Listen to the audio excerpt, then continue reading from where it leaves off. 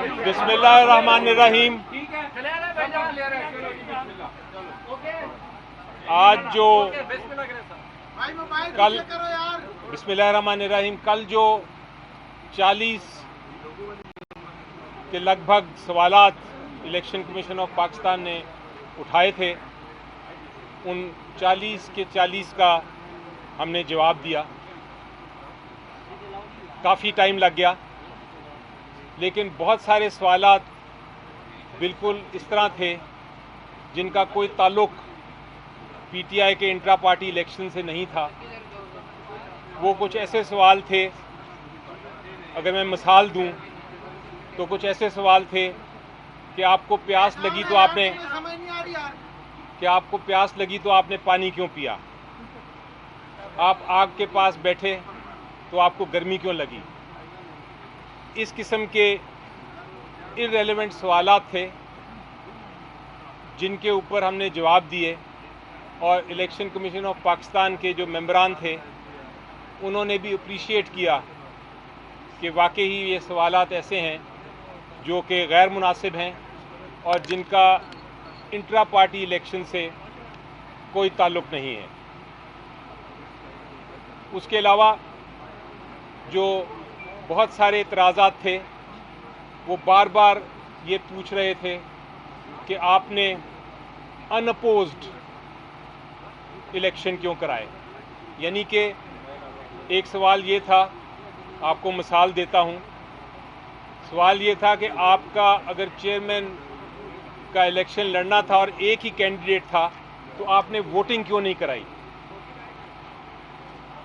उनसे बताया गया कि जो सवाल पूछने वाले हैं उनको शायद ये नहीं पता कि जब अनअपोज्ड हो, जब एक ही कैंडिडेट हो, तो वोटिंग कैसे करा सकते हैं आप। वोटिंग तो सिर्फ तब होती है जब एक से ज़्यादा कैंडिडेट हों। तो इस तरह के सवालात थे जिनके जवाब दिए। बार बार सवाल इसी टाइप के आ रहे थे। इलेक्शन कमीशन ऑफ पाकिस्तान ने अपनी तरफ से नोटिंग की, उनके जवाब लिखे, देखे, सवालात पूछे और इवेंचुअली ये सुनने के बाद रिज़र्व कर ली। इलेक्शन कमीशन ऑफ पाकिस्तान को ये भी हमने पूछा, जो उनके अफसर थे जिन्होंने सवालात पूछे, कि आपने 40 से ज़्यादा सवाल, लगभग 40 सवाल तो पीटीआई से पूछे, ऐसे सवाल जिनका इंट्रा पार्टी इलेक्शन से भी कोई ताल्लुक़ नहीं, ऐसे सवाल जिनका इन केस से भी कोई ताल्लुक़ नहीं। क्या आपने इनके 10% सवाल भी किसी और पॉलिटिकल पार्टी से पूछे, उनके इंट्रा पार्टी इलेक्शन के बारे में पूछा, उनसे पूछा कि उनका इलेक्शन कमिश्नर है इंट्रा पार्टी इलेक्शन के लिए, वो कौन था। उनसे पूछा कि आपके इलेक्शंस वाले जो हुए वो क्यों अनअपोज्ड कंटेस्ट के, वोटिंग के बगैर उनको क्यों किया गया। उसका फिर आज भी कोई जवाब नहीं आया, और वो इसलिए नहीं आया क्योंकि हमें यकीन है कि ये सवालात जो हमसे पूछे जा रहे हैं वो किसी से नहीं पूछे गए। बल्कि चीफ इलेक्शन कमिश्नर साहब ने ये रिमार्क भी पास किया कि आपसे ये हम इसलिए पूछ रहे हैं क्योंकि आप एक बहुत ख़ास जमात हैं। वो उन्होंने मजाकन कहा, वो तंज़न कहा, एक लाइटर मोड में कहा, लेकिन बहरहाल उसके पीछे हकीकत भी लगती है कि अगर ये सवालात 40 सवाल जो हैं वो खाली पीटीआई से पूछे गए और दूसरी पार्टी से नहीं पूछे गए, तो सर्टेनली एक तासर तो मिलता है कि डिस्क्रिमिनेशन हो रही है। इसके अलावा अगर आप देखें तो बहुत सारे सवालात तो ऐसे थे जिनका, जैसा मैंने कहा कि ताल्लुक़ तो नहीं था इस केस से, लेकिन वो ऐसे थे जिनका जवाब भी बिल्कुल हमारे आइन में और जो इलेक्शन एक्ट है उसमें मौजूद था। वो सवाल पूछने की ज़रूरत ही नहीं थी।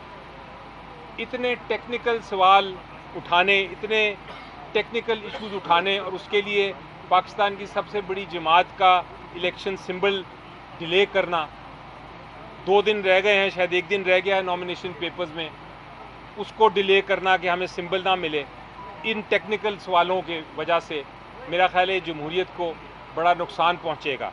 उम्मीद ये है, आखिर में मैंने ये कहा था, रिक्वेस्ट की थी इलेक्शन कमीशन ऑफ पाकिस्तान को कि आप इसका जल्द से जल्द फैसला कर दें। जो भी फैसला है आप कर दीजिए ताकि हम नेक्स्ट स्टेज पे जा सकें और अपना सिंबल ले सकें, जो हमारा हक है, पीटीआई का हक है। उन्होंने जवाब में ये बताया मुझे कि उनको एहसास है कि इलेक्शन शेड्यूल अनाउंस हो चुका है, उनको एहसास है कि फैसला जल्द होना है, लेकिन जजमेंट आज रिज़र्व कर ली गई है। अब देखेंगे कब उसको अनाउंसमेंट आती है। शुक्रिया। देखो, ये इलेक्शन कमीशन ने, अली साहब सही फरमा रहे हैं, इलेक्शन कमीशन ने 175 पॉलिटिकल पार्टीज़ में से हमारे इलेक्शन को बड़ी बारीक बीनी से देखा है। यहाँ तक देखा है कि अगर टाइपो एरर भी आया है 3 बजे और 5 बजे का, तो उसका भी एक क्वेश्चन फ्रेम करके हमसे उसका एक्सप्लेनेशन मांगा गया है। लेकिन आज आप सब लोगों के सामने हमने इलेक्शन कमीशन के हर सवाल का जवाब दिया है, हर आईनी और कानूनी सवाल का जवाब दिया है। हमने उनको फैक्चुअली भी असिस्ट कर लिया। कमीशन को हमने बताया कि सब प्रोसेस हमने बारीक बीनी से ख़ुद भी किया है, कानून और आईन के मुताबिक हमने प्रोसेस कंप्लीट किया है। इलेक्शन कमीशन से आखिर में हमने ये इस्तदा की है कि आखिरी date filing of nomination form 22 है। आप बराह मेहरबानी इस केस का फैसला और इस सर्टिफिकेट को वेबसाइट पे चढ़ाना ये 22 तारीख से पहले कर ले, ताकि हमारे वोटर, सपोर्टर और जो हमारे कैंडिडेट्स हैं उनकी एंजाइटी ख़त्म हो जाए। और इस प्रैक्टिस को, जिस तरह कमीशन ने हमें कहा कि रूल्स के बारे में बताओ, ताकि इलेक्शन आपके इंट्रा पार्टीज इलेक्शन की लेजिटिमेसी का सवाल है। मैं इलेक्शन कमीशन से कहता हूं कि आप सर्टिफिकेट वेबसाइट पे चढ़ाए, ये भी जनरल इलेक्शन की लेजिटिमेसी का सवाल है। अगर 70% आवाम से ताल्लुक़ रखने वाली पार्टी का इलेक्शन सिंबल डिस्प्यूटेड है और अभी तक क्लियर नहीं है, तो लेजिटिमेसी भी आप इलेक्शन की वो भी बड़ी क्वेश्चनेबल होगी। मेहरबानी करके इस मैटर को 22 से पहले कंक्लूड कर ले।